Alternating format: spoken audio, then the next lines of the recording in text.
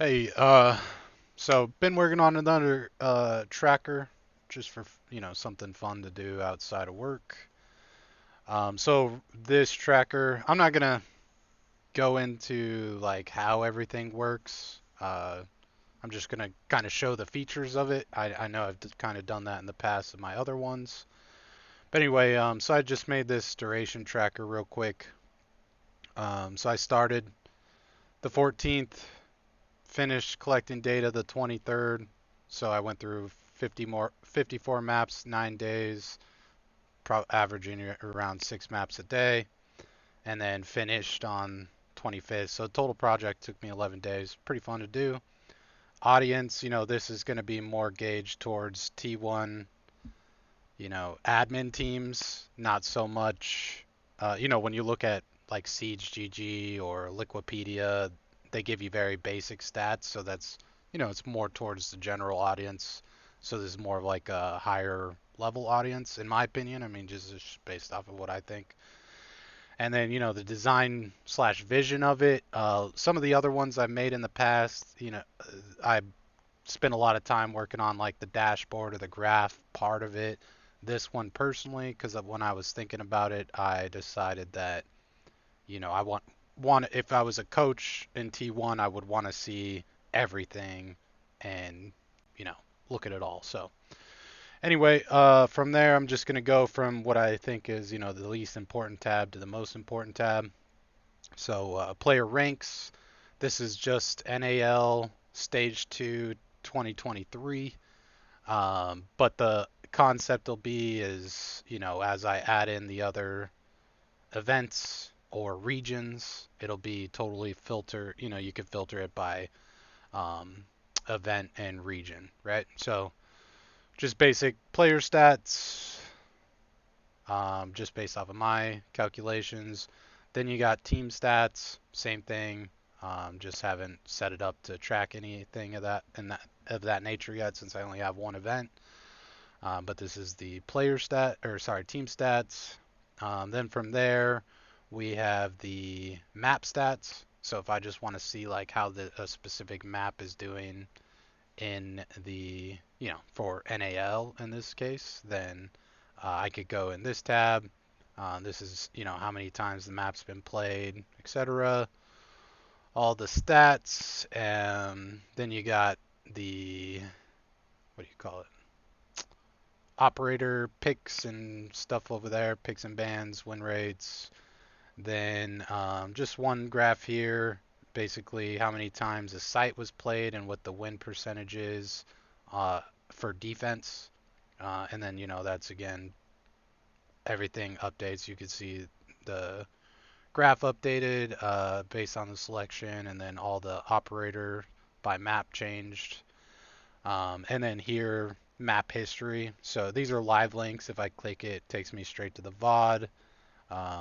But you can see like, right now it's showing that. But if I switch to Cafe, you can see everything updated there. So that's the map tab, player tab, similar thing. But it's just, if you really want to focus on one player, see what they've got going on, because this is like a whole overview. So this is just like zoned in on just the one player. But you got their basic stats, just kills, death by map, top three attackers, top three defenders, top operator picks by side per map, or most common anyway, and then how they do per map is this bottom table. From there, this is to me where the next two tabs, this tab and the next one, are, I would say, the way more advanced ones. So anyway, this is by team. This is a team view, so it's like a very in-depth view of the team. Again, this is just like a general of all the teams, but this is just like a very focused on a specific team. So this is like their overall stats, and then you have their overall player stats. Below that, you have their most common operators by side. And then, so just so you can see, if I change, we get the different players, different stats. Go back to Sonics. But anyway, so from there we have the map data. So this is how many times they played a map and all the info based off of that map. Then we have bans, who they played and who they banned against that team. So you can kind of identify. So obviously Sonics in Stage 2 banned Cafe almost every time. They banned Chalet once. That's weird. They banned it against Dark Zero, so then I would be, interested in seeing why, right? And then teams that played against Sonics, what they banned against Sonics. These are the attacker bans by map, and then defender bans by map. Again, this all updates based off of selection. So if I switch M80, you can see everything changes automatically.